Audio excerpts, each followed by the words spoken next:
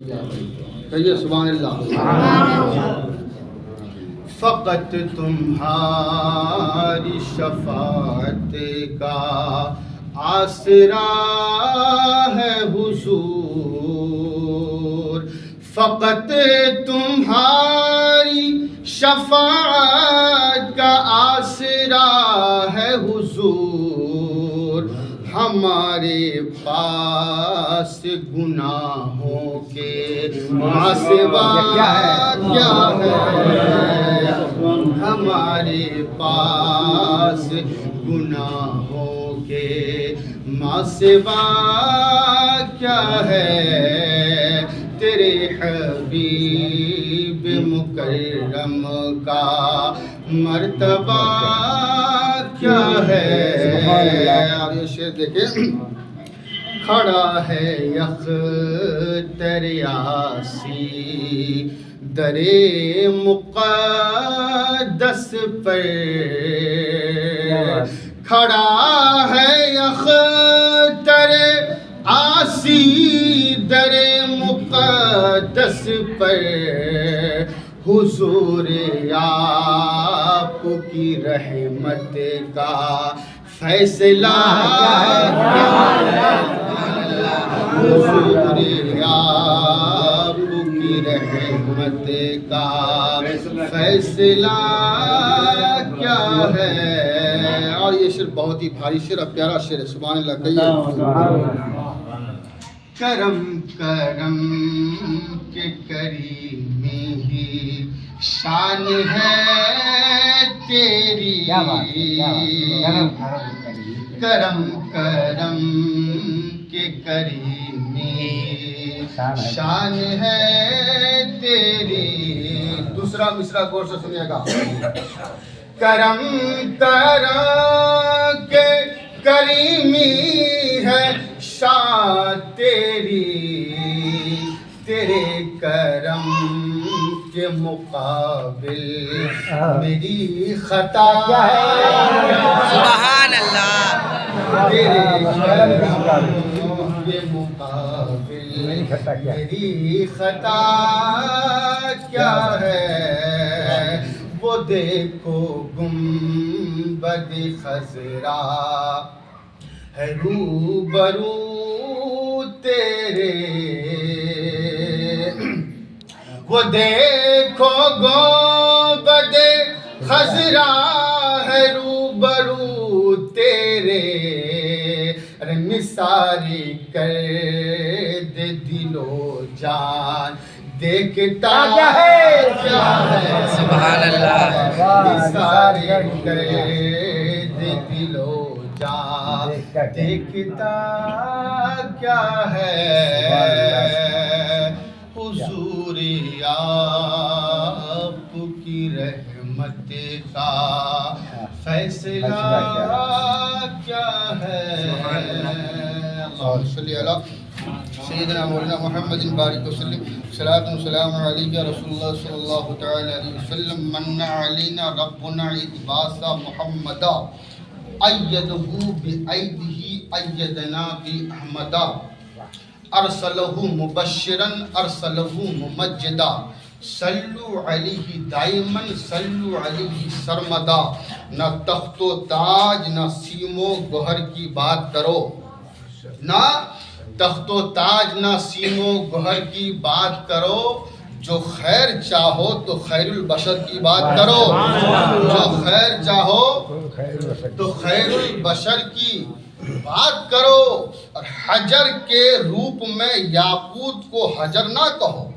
حجر ایک پتھر کا نام ہے، یاقوت بھی ایک پتھر کا نام ہے، لیکن ہر پتھر ایک جیسا نہیں ہوتا ہے، تو اسی کو کہتے ہیں حضور شیخ الاسلام کہ حجر کے روپ میں یاقوت کو حجر نہ کرو، حجر کے روپ میں یاقوت کو حجر نہ کہو، ارے بشر کے بھیس میں لا کر بشر کی بات کرو، بشر کے بھیس میں لا کر بشر کی بات کرو، اور سمجھ سکے نہ جو اسرار ایکم مثلی، سمجھ سکے جو نہ اسرار ایکم مثلی، ارے وہ کم نظر ہے، کسی دیداور کی بات کرو، وہ کم نظر ہے، کسی دیداور کی بات کرو۔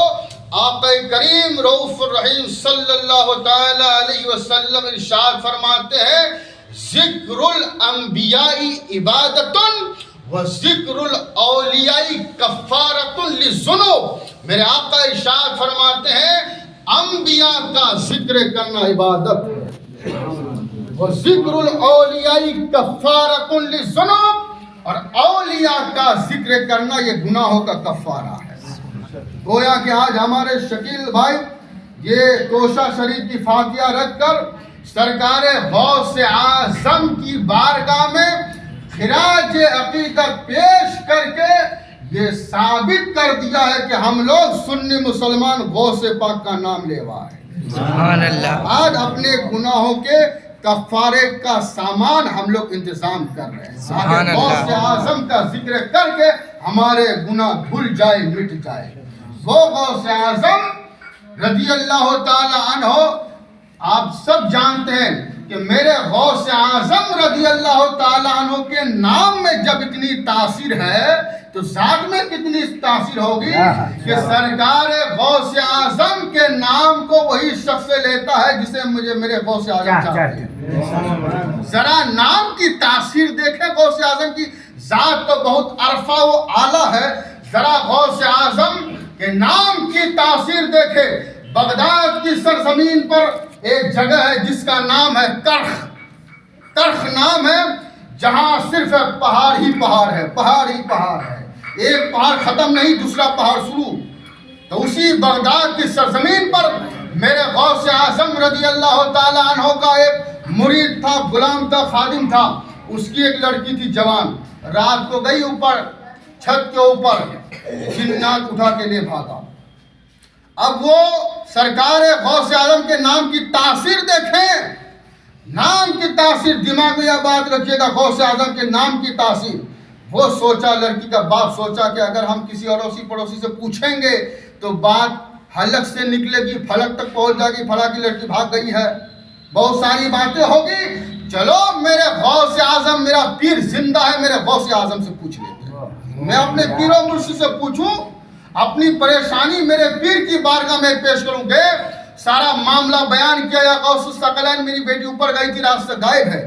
میرے غوث اعظم رضی اللہ تعالی عنہ نے اپنی گردن جھکائی اور فرمایا میرے غوث اعظم نے ایسا کرو کہ تم وہ جو مقام کرخ ہے وہاں چلے جاؤ، اور جس جگہ سے چار راستہ نکلتا ہے اسی چوراہے پہ بیٹھ جانا، مگر ایسے نہ بیٹھنا، پہلے اس میں لکھ دینا، کیا لکھ دینا؟ بسم اللہ علی نیتی عبد القادر جیلانی، ایک گول دائرہ لکھ دینا اور اس کے بیچ میں بیٹھ جانا، اور رات بھر جناتوں کا ادھر سے گزر ہوگا، نہ وہ تم سے کچھ پوچھیں گے نہ تم کچھ اس سے پوچھنا، مگر ہاں جب رات کا آخری حصہ ہوگا تو اس وقت جناتوں کا بادشاہ اپنے لشکر کے ساتھ وہاں سے گزرے گا، مگر وہ تم سے پوچھے گا، جب وہ تم سے سوال کرے تو پھر اس کو بتا دینا سارا معاملہ۔ یہ جا کر کے بسم اللہ علی نیت عبد القادر لکھ کر بیٹھ گئے، رات بھر جناتوں کا گزر ہوتا رہا۔ جب آخری حصہ آیا تو جناتوں کا بادشاہ اپنے لشکروں کے ساتھ آئے گھوڑے پر سوار ہو کر، اور دیکھ کر بولا تم کون ہو اور یہاں کیوں بیٹھے ہو؟ تم کو نہیں معلوم اس راستے سے ہم لوگ گزرتے ہیں، تم کو پتہ نہیں ہے؟ تو میرے غوث اعظم کے غلام کہتے ہیں سنو، ارے میں بیٹھا نہیں ہوں، مجھے بٹھایا گیا ہے، میں ایسے نہیں بیٹھا ہوں، مجھے میرے پیر و مرشد نے بیٹھایا ہے۔ بولے کون پیر و مرشد؟ کہا وہی جسے دنیا شیخ عبد القادر جیلانی کے نام سے جانتی ہے۔ ارے میرے غوث کا نام سننا تھا، وہ جناتوں کا بادشاہ سواری سے نیچے اتر جاتا ہے، جناتوں کا بادشاہ، اور ہاتھ باندھ کر کے کھڑا ہو جاتا ہے اور کہتا ہے بولو میرے آقا غوث اعظم کا کیا حکم ہے، کیا حکم ہے، آپ کیوں بیٹھے ہیں یہاں؟ تو اس نے سارا معاملہ بیان کیا کہ میری بیٹی رات سے غائب ہو گئی، یہ معاملہ ہے۔ اسی وقت جناتوں کے بادشاہ نے حکم دیا کہ ڈھونڈو اس کی لڑکی کو کون جنات یا جن اٹھا کے لے کے گیا، ڈھونڈو۔ ڈھونڈتے ڈھونڈتے پتا چلا کہ اس کی لڑکی کو جنات ملک کے چین اٹھا کے لے کے چلا گیا تھا، چین۔